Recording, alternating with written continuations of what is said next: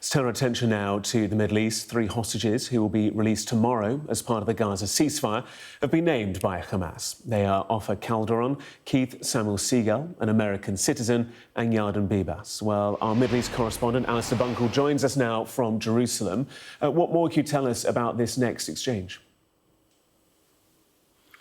Well, in terms of this first phase of the ceasefire, which we'll see if it holds the release of 33 Israeli hostages, we are now moving into a phase of it where we are seeing sort of elder men who are going to be released. So we've been through the phase where younger female captives have been released, and now we see these 3 men who are set to be released by Hamas tomorrow: for Calderon, Keith Seagal, who is a dual American Israeli, and Yarden Bibas.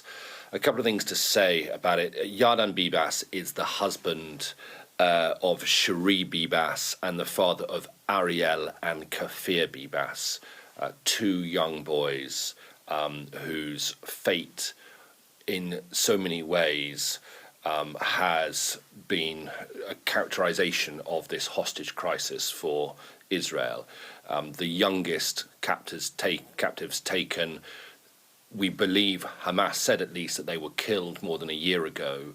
And I have to say the fact that their father Yarden is on the list to be released tomorrow and they are not, and they haven't been released yet, perhaps suggests that when they are released, it will be their bodies coming out of Gaza rather than them alive, and that will be a very difficult moment for the Israeli public and population to watch.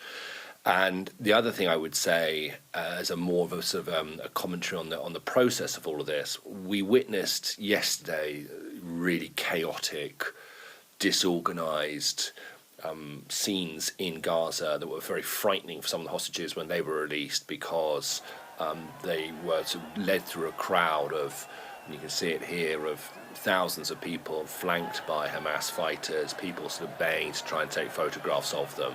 It really angered Israel's Prime Minister Benjamin Netanyahu, who briefly paused the release of Palestinian prisoners. Now, we understand Hamas have given their word that scenes like that won't happen again.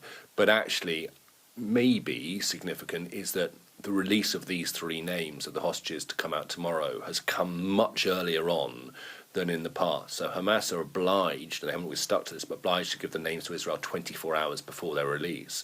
But having given them sort of late morning, the day beforehand, it seems to be much earlier than normal, suggesting that they are trying to be more organised. So maybe we won't see a repeat of those scenes tomorrow.